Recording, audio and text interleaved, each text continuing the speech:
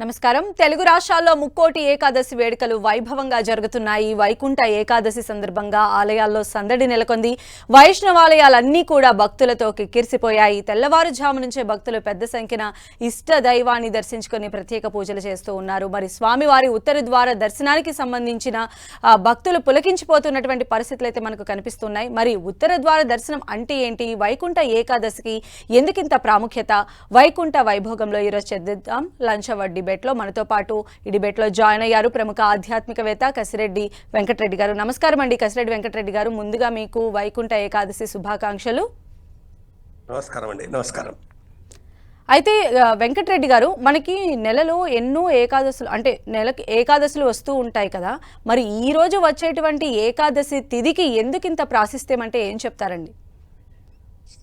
సంవత్సరంలో 24 ఏకాదశులు వస్తాయి. ఇది వైకుంఠ ఏకాదశి, ముక్కోటి ఏకాదశి అనేటటువంటి పేరు దీనికి. మనకు మామూలుగా నెలలో అంటే చైత్రం, వైశాఖం, జ్యేష్ఠం మొదలైన 12 తెలుగు మాసాలలో కృష్ణపక్షంలో శుక్లపక్షంలో ఏకాదశి వస్తుంది. అలాగా 24 ఏకాదశులలో ఈ ఏకాదశిని మాత్రమే ముక్కోటి ఏకాదశి అని, వైకుంఠ ఏకాదశి అని అంటారు. మిగతా వాటికి కూడా ఉండొచ్చు. మార్గశిరశుద్ధ ఏకాదశి సందర్భంగా గీతా జయంతి వస్తుంది కాబట్టి ఆ రోజు కూడా ఏకాదశిగా, గొప్ప ఏకాదశిగా భావిస్తాం. అదే కాకుండా ఆషాఢ శుద్ధ ఏకాదశి తొలి ఏకాదశిగా భావిస్తాం. అది శ్రీమన్నారాయణమూర్తి యోగ నిద్రలోకి వెళ్ళేటటువంటి రోజుగా చెప్పుకుంటాం. 4 నెలలు ఆ తర్వాత యోగ నిద్రలో ఉన్నటువంటి శ్రీమన్నారాయణమూర్తి కార్తీక శుద్ధ ఏకాదశి నాడు యోగ నిద్ర నుంచి పైకి వస్తారు.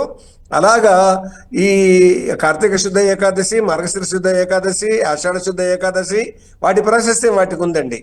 కానీ ఈ ఏకాదశి ఇది ఒక్కోసారి పుష్యమాసంలో రావచ్చును, అంటే ఎటు వెళ్ళేసి సంక్రాంతికి ముందు వస్తుంది. మార్గశిర శుద్ధ ఏకాదశికి వస్తుంది, పుష్యశుద్ధ ఏకాదశికి ఒక్కోసారి రావచ్చును. కానీ ఎటు వెళ్ళేసి సంక్రాంతి ముందుగా వచ్చేటటువంటిది కాబట్టి ఇది ఉత్తరాయణానికి కొద్ది ముందుగా వచ్చేటటువంటిది. అందుకే ఉత్తరాయణ కాలంలో మనము మూయబడెన్ యమాలయపు ముఖ్య కవాటము, ప్రాణికోటికి తీయబడెన్ సురాలయపు దివ్య కవాటము, దక్షిణాయనాధ్యాయ సమాప్తి అనంతరము అనంత విహాయసచారి సూర్యనారాయణుడు ఉత్తరాయణ పరాయణుడైన శుభామందురన్. సూర్యనారాయణమూర్తి ఉత్తరాయణం వైపుగా వెళ్తాడు కాబట్టి ఆ ఉత్తరాయణం ఉత్తర దిక్కుకు ఉన్నటువంటి ప్రాశస్త్యాన్ని బట్టి అది వైకుంఠ ప్రాప్తి కలుగుతుంది అనేటటువంటి ఉద్దేశంతో శుభదినాలుగా భావించడం అనేటటువంటిది ఉంటుంది. ఆ విధంగా దీనికి వైకుంఠ ఏకాదశి అని కలగడానికి కారణం ఏమిటి అని అంటే, ముక్కోటి దేవతలతోటి ఈ భూమిపైకి వచ్చినారు శ్రీమన్నారాయణమూర్తి. కాబట్టి ముక్కోటి ఏకాదశి అని ఈ మార్గశిర శుద్ధ ఏకాదశి లేదా పుష్యశుక్ల ఏకాదశి ఏదైనా కావచ్చు కాక, అందువల్ల ఈ ఏకాదశికి వైకుంఠ ఏకాదశి అంటే ఈ ఏకాదశి వైకుంఠాన్ని దర్శించడం. అంతేకాదు వైకుంఠంలో ఉన్నటువంటి శ్రీమన్నారాయణమూర్తి వస్తాడు కాబట్టి అందువల్ల కూడా దీనికి వైకుంఠ ఏకాదశి అని, ముక్కోటి దేవతలతో వచ్చాడు కాబట్టి ఆ ముక్కోటి ఏకాదశి అని దీని ప్రత్యేకత వచ్చింది. అందువల్ల 24 ఏకాదశిల్లో ఈ ఏకాదశి నాడు ఏ నియమాలు ఉన్నాయో ఆ నియమాలన్నింటినీ పాటిస్తూ ఆ శ్రీమన్నారాయణమూర్తిని ధ్యానిస్తూ హరి అను 2 అక్షరములు హరియంచును పాతకంబులంబు జనాభా హరిని నామ మహత్వము హరిహరి పొగడంగ వశమే హరి శ్రీకృష్ణ అని ఈ విధమైనటువంటి శతకపద్యాలను కానీ ఇంకా భజన కీర్తనలు కానీ తాను ఉపవాసం ఉండి, అంటే సమీపంలో భగవంతుడికి సమీపంలో కూర్చొని, ఉపవాసము అని అంటే వాసనం అంటే వసించుట, ఉప అంటే సమీపంలో, భగవంతునికి సమీపంలో ఉండి ముక్కోటి దేవతలు వైకుంఠంలో నుంచి వచ్చినారు కాబట్టి ఆ దేవతలందరినీ దర్శించినటువంటి రోజు కాబట్టి, అలా దర్శించినటువంటి కారణంగా కష్టాలన్నీ తొలగిపోతాయి అనేటటువంటి ఒక భావన. అంతేకాకుండా శ్రీమన్నారాయణమూర్తి తిరుమలలో ఆనంద భవనంలో వెలిశారు కాబట్టి ఆ ఆనంద భవనానికి ఉత్తరం వైపుగా ఉన్నటువంటి ద్వారం తిరుమలలో, ఆ ద్వారం నుంచి ఆ రోజు స్వామిని దర్శించుకుంటారు. అలా దర్శించుకోవడం అనేటటువంటిది పుణ్యంగా భావిస్తారు. అన్ని ఏకాదశుల కన్నా ఈ ఏకాదశి అంత పుణ్యాన్ని కలిగిస్తుంది అని, తప్పకుండా ముక్తి కలుగుతుంది అనేటటువంటి ఈ భావనతోటి ఈ రోజుకున్నటువంటి ప్రాశస్త్యాన్ని దృష్టిలో పెట్టుకొని ఈ సమాజం, ఈ జాతి, ఈ ధర్మంలో ఇలా వ్యవహరించడం అనేటటువంటి సంప్రదాయం వచ్చిందండి. వెంకటరెడ్డి గారు, అంటే ఇప్పుడు ఖచ్చితంగా అంటే స్వామి వారిని కొలవటం అనేది ఒక ఎత్తు అయితే అన్ని పండుగల సందర్భంగా ఈ వైకుంఠ ఏకాదశి రోజు స్వామి వారిని ఉత్తర ద్వారం ద్వారా వెళ్లి దర్శించుకోవడం అనేది ఈ పండుగ యొక్క ప్రత్యేకత. అయితే పురాణాల ప్రకారంగా కావచ్చు, ఆగమ శాస్త్రాల ప్రకారంగా కావచ్చు, ఈ ఉత్తర ద్వారానికి ఉన్నటువంటి విశిష్టత ఏంటి? ఖచ్చితంగా ఈ ఒక్కరోజే ఈ ఉత్తర ద్వారం నుంచి దర్శనం చేసుకోవాలా? ఎన్ని రోజులు చేసుకోవచ్చు అంటే మీరు ఏం చెప్తారు? అవునండి, ఇది ఎట్లా ఉంది అని అంటే ఒక్కొక్క చోట ఒక్కొక్క విధంగా ఉంది అండి. అంటే ఆయా దేవాలయాలలో కొన్ని దేవాలయాల్లో 11 రోజులు, కొన్ని దేవాలయాల్లో కొన్ని 3 రోజులు, కొన్ని దేవాలయాల్లో 5 రోజులు ఈ సంప్రదాయాన్ని పాటించేటటువంటి విధంగా కొనసాగుతూ వస్తున్నది. కాబట్టి అలా ఏర్పడినటువంటి ఆ సంప్రదాయాలను వాళ్ళు అనుసరిస్తారు ఎన్ని రోజులు అనేది. కానీ ఏకాదశి, ద్వాదశి ఈ 2 రోజులు చాలా పవిత్రమైనటువంటివి. ఏకాదశి నాడు ఉపవాసం ఉంటున్నారు, ద్వాదశి నాడు పాలనం చేస్తారు. అది ప్రధానమైనటువంటి విషయం. అయినా కానీ శ్రీరంగంలో ఒక విధంగా, తర్వాత ఆ శ్రీరంగ నాయకుడు ఉన్నటువంటి దేవాలయాలు ఎన్నైతే ఉన్నాయో, మనకు ఇక్కడ మహబూబ్నగర్ జిల్లాలో ఉన్నది, ఆ తర్వాత అనేక ప్రదేశాలలో రంగనాథుని యొక్క ఆలయాలు ఉన్నాయి. కాబట్టి ఆ విధంగా ఉన్నటువంటి రంగనాథుని ఆలయాల్లో వాళ్ళు 11 రోజులు కొనసాగిస్తారు. ఎందుకంటే శ్రీరంగాన్ని అనుసరించి. తర్వాత ఈ దేవస్థానం తిరుమల తిరుపతి దేవస్థానం ప్రపంచంలోనే ప్రసిద్ధిగాంచినటువంటిది. కాబట్టి అక్కడి వెంకటరెడ్డి గారు మనతో పాటు డిబేట్ లో బంగారయ్య శర్మ గారు కూడా జాయిన్ అయ్యారు. బంగారయ్య శర్మ గారు, ముందుగా మీకు ముక్కోటి ఏకాదశి శుభాకాంక్షలు అండి. అయితే తెలుగు రాష్ట్రాల్లో ముక్కోటి ఏకాదశి వేడుకలు చాలా వైభవంగా జరుగుతున్నాయి. మనం మార్నింగ్ నుంచి కూడా చూస్తున్నాం, భక్తులందరూ కూడా పెద్ద సంఖ్యలో వచ్చి ఉత్తర ద్వార దర్శనం చేసుకుంటూ ఉన్నారు. అయితే మీ మాటల్లో వివరించండి, ఈ వైకుంఠ ఏకాదశి ప్రాశస్త్యం కావచ్చు, ఉత్తర ద్వార దర్శన విశిష్టత కావచ్చు. వైకుంఠ నివాసాయ శ్రీవాసాయ విష్ణవే వేద వేదాంగ రూపాయ మాధవాయ నమోస్తుతే. అమ్మ, వైకుంఠ ఏకాదశి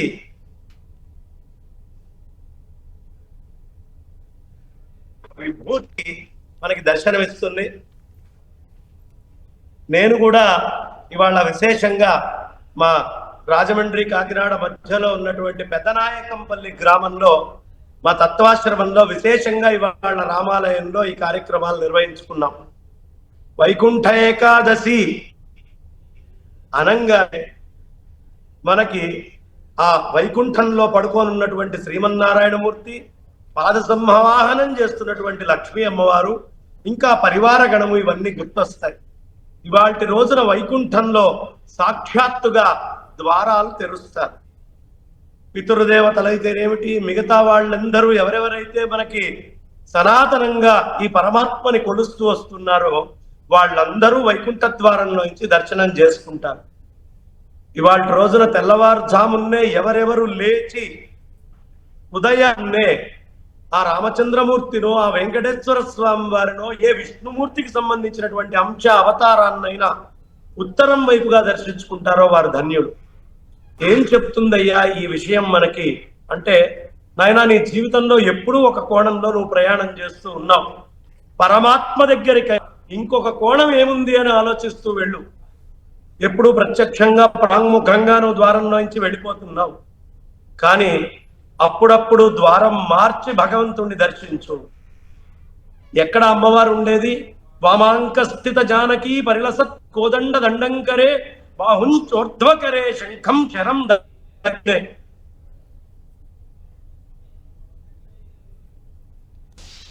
రామదాసు బ్రోవమని చెప్పవే సీతమ్మ తల్లి, నన్ను బ్రోవమని చెప్పవే అని చెప్పి ఆ అద్భుతంగా సీతమ్మ ఎలా బ్రోవమని రామదాసు వారు అడిగారో, ఈ వైకుంఠ ఏకాదశి నాడు ఈ వామ భాగమంతా శక్తి భాగము, ఈ కుడి భాగమంతా పరమాత్మ యొక్క భాగము. ఎప్పుడైనా శక్తి భాగంలోంచి కూడా వెళ్ళి అమ్మవారిని దర్శించవయ్యా అని మనకి ఈ ధనుర్మాసంలో వచ్చేటటువంటి ఏకాదశి. మన మిగతా పండగలన్నీ కూడా చాంద్రమానం ప్రకారం చేసుకుంటూ ఉంటాం, కానీ ఈ పండగని సౌరమానం ప్రకారం చేసుకుంటాం తెలుగు వాళ్ళందరం కూడా. ఈ సౌరమానం ప్రకారం చేసుకునేటువంటి పండగలు సంక్రాంతి, మకర సంక్రాంతి, ధనుర్ సంక్రాంతి. ధనస్సులో నుంచి మకరానికి వెళ్తూ ఉంటారు. కాబట్టి ఆ సందర్భంగా అందరూ చేసుకోవడం, కేరింతలు కొడుతూ వెళ్ళడం. ప్రతి మనిషి తన జీవితంలో ఒకటే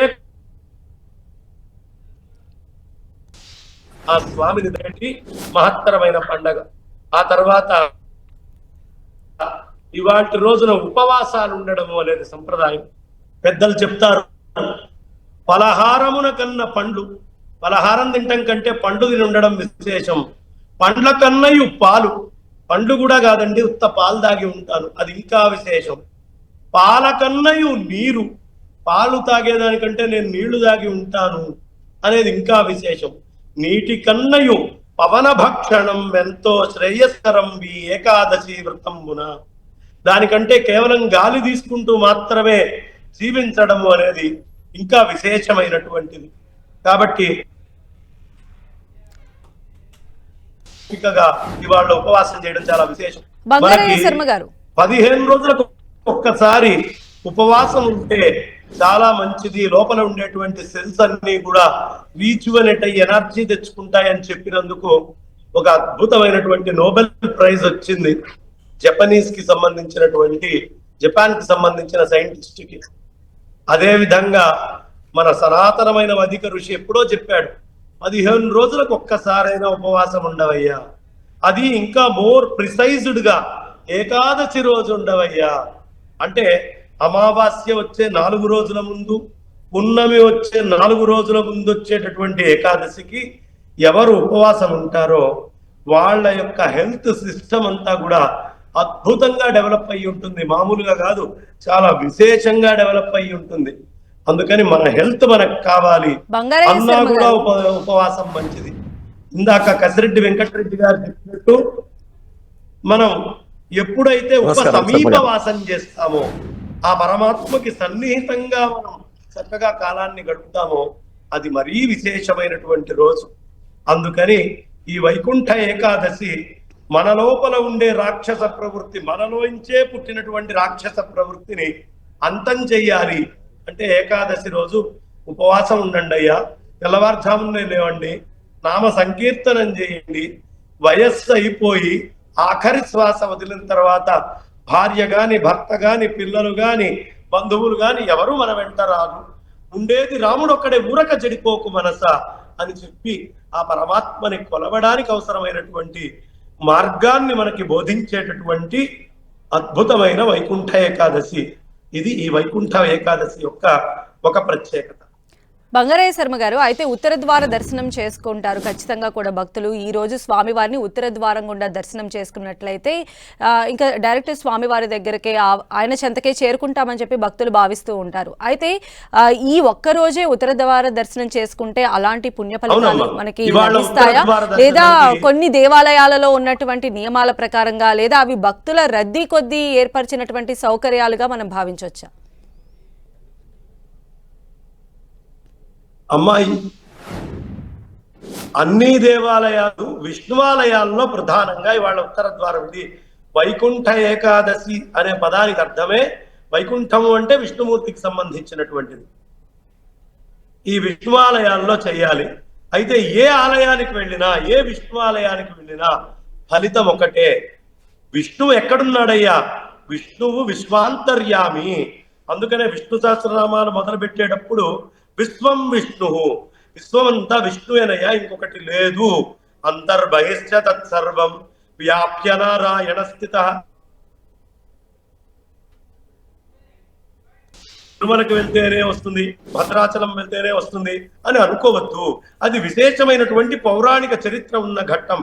కానీ విష్ణువు మన ఇంటి పక్కన ఉన్న గుళ్ళో, మన హృదయంలో అన్ని చోట్ల విష్ణువు ఉన్నాడు.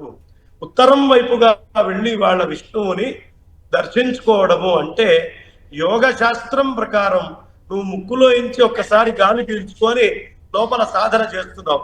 ఈ అనాహత చక్రం దగ్గర ఉత్తరం వైపు నుంచి ఆ ఆత్మ చైతన్య ప్రయాణం చేయడం, ఉదాన వాయువులో ఏ ఏ కర్మేంద్రియ జ్ఞానేంద్రియ సమూహం అంతా నిక్షిప్తమై ఉంటుందో ఆ నిక్షిప్తమయ్యేటటువంటి దాన్ని ఉత్తరం వైపుగా జాగరూకత చేసి పరమాత్మ వైపు ప్రయాణం చేయడము అనేటటువంటి దాన్నే మనకి ఈ మాట చెప్తారు. అలా చేసేటటువంటి వాడికి ఏమవుతుందయ్యా అంటే ఆజ్ఞాచక్రం దగ్గర ఆ విష్ణుమూర్తి అనుగ్రహించి ఈ విశుద్ధలో ఉన్న జీవుణ్ణి బ్రోస్తాడు. కాబట్టి అనాహతం దగ్గర ఉండే భాగం నుంచి ఉత్తరం నుంచి వెళ్ళి ఈ జీవుణ్ణి పరమాత్మ వైపుకి తిప్పి దర్శనం చెయ్యి. తద్వారా సహస్రార కమలంలో అవసరమైన జీవన్ముక్త స్థితిని ఇస్తుంది వెంకటరెడ్డి గారు, చెప్పడానికి కసిరెడ్డి యోగ వెంకటరెడ్డి గారు. రహస్యం. కాబట్టి ఇది మన లోపల ఉంది, బయట గుళ్ళల్లో కూడా ఉంది. వెంకటరెడ్డి గారు, అంటే భక్త సులభుడు అని చెప్పి హరి మనం కొలుస్తూ ఉంటాము. హరినామ స్మరణతో ఈ రోజు అందరూ కూడా ఎంతో భక్తి శ్రద్ధలతో స్వామివారిని కొలుస్తూ ఉంటారు. అయితే ఈ రోజున భగవంతుణ్ణి ఎలా ఆరాధించాలంటే ఏం చెప్తారు? అంటే విష్ణు సహస్రనామాలు చదువుకోవాలా? ఏ రకంగా ఆ భగవంతుని కరుణా కటాక్షాలు మన పైన ఉండాలంటే ఎలాంటి నామస్మరణ చేస్తే మంచిదంటారు? తప్పకుండానండి. విశ్వం విష్ణుర్వషట్కారో భూత భవ్య భవత్ ప్రభు భూతకృత్ భూతభృద్భావో భూతాత్మ భూత భావన. ఇలా ప్రారంభమవుతుంది విష్ణు సహస్రనామాలు. కాబట్టి 1000 నామాలతో ఉన్నటువంటి మొట్టమొదటి నామము, ఇన్ని నామాలు ఈ శ్లోకంలో ఉన్నాయి. విశ్వం విష్ణు, ఈ విశ్వం అంతా విష్ణు స్వరూపమే అనేటటువంటి భావన. అయితే ముఖ్యంగా ఈరోజు కర్మేంద్రియాలు 5, జ్ఞానేంద్రియాలు 5, మనస్సు 1, 11. ఇవి 11 అంటే ఏకాదశి అండి. కాబట్టి కర్మేంద్రియాలు ఏవేవి? శ్రోత్రు, త్వక్, చక్షు, జుహ్వ, నాసిక. శ్రోత్రు చెవులు, త్వక్ చర్మము, చక్షు కళ్ళు, జిహ్వ నాలుక, నాసిక ముక్కు. ఈ 5 కర్మేంద్రియాలు ఇవాళ నిగ్రహంతో ఉండాల్సిన అవసరం ఉంది అని మనము అర్థం చేసుకోవాలి. తర్వాత ఇవాళనే కాదు, జీవితంలో ఎప్పుడైనా కానీ సంయమనం అనేది చాలా ముఖ్యం. జ్ఞానేంద్రియాలు ఏవి? శబ్ద, స్పర్శ, రూప, రసగంధాదులు. శబ్దము, ధ్వని, స్పర్శ, తాకడము, స్పర్శ, రూప, ఆకారము, రస రుచికి సంబంధించింది, గంధము వాసనకు సంబంధించింది. తర్వాత ఇవి 5. 11వది మనస్సు. ఈ 11 కూడా ఇవాళ సంయమనంతో వ్యవహరించే విధంగా ఏర్పాటు చేసుకోవాలి. అయితే ఒక్కరోజైనా అంటే కాదు, ఎప్పుడైనా కానీ మానవ జీవితంలో నిగ్రహం అనేది చాలా ముఖ్యం. అందులో మనోనిగ్రహం అనేది చాలా ముఖ్యం. మనస్సును నిగ్రహించినట్టయితే ఈ కర్మేంద్రియాలను, జ్ఞానేంద్రియాలను కూడా నిగ్రహించుకునేటటువంటి శక్తి మానవునికి వస్తుంది. కాబట్టి ఈ రోజు అంత నిగ్రహంతో ఉండి దానిని సంవత్సరం పొడుగునా కొనసాగించాలి. అయితే ఈ తప్పకుండా శ్రీరంగనాథుని చూడాలి, శ్రీరంగ నాయకుని దర్శించాలని శ్రీరంగంలో ఈ జనం ఎక్కువగా వచ్చినటువంటి కారణంగా అక్కడ ఒక సంప్రదాయం ఏర్పడింది. 21 రోజులు అక్కడ ద్వారం తెరిచి ఉంటుంది, ఉత్తర ద్వారం. తిరుమలలో 11 రోజులు తెరిచి ఉంటుంది. అదే యాదగిరిగుట్ట మరొక చోట అయితే 5-6 రోజులు అక్కడ ఆ వ్యవస్థను వాళ్ళు అట్లా ఏర్పాటు చేసుకున్నారు. కాబట్టి ఎటు వెళ్ళేసి భక్తులకు ఏ విధమైనటువంటి కష్టం కలగకుండా ఏర్పాటు చేసుకున్నటువంటిది. కాబట్టి ఈ రోజు ఉండేటటువంటి సందర్భంగా ఈ రోజు ఉన్నటువంటి నియమాలలో స్నాన సంధ్యలు అవన్నీ పూర్తి అయిన తర్వాత తప్పకుండా హరికీర్తన చేయాలి.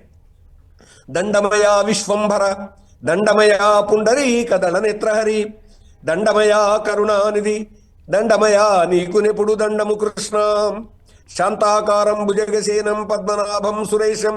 ఇలాంటివి ఏవి ఆ శ్రీకృష్ణునికి, ఆ శ్రీమన్నారాయణమూర్తికి ఏవేవి అయితే స్తోత్రాలు కీర్తనలు ఉన్నాయో వాటన్నింటినీ మనం అన్నమయ్య కీర్తనలు కానీ, రామదాస్ కీర్తనలు కానీ, ఏవైనా కానీ, రాముడు, శ్రీకృష్ణుడు, శ్రీమన్నారాయణమూర్తి ఎన్ని అవతారాలు ఎత్తాడో అవతారాలలో ఎవరికి దగ్గరగా ఉంటే వాళ్ళందరినీ కూడా ధ్యానించడం, భావించడం, స్మరించడం, కీర్తించడం, తరించడం.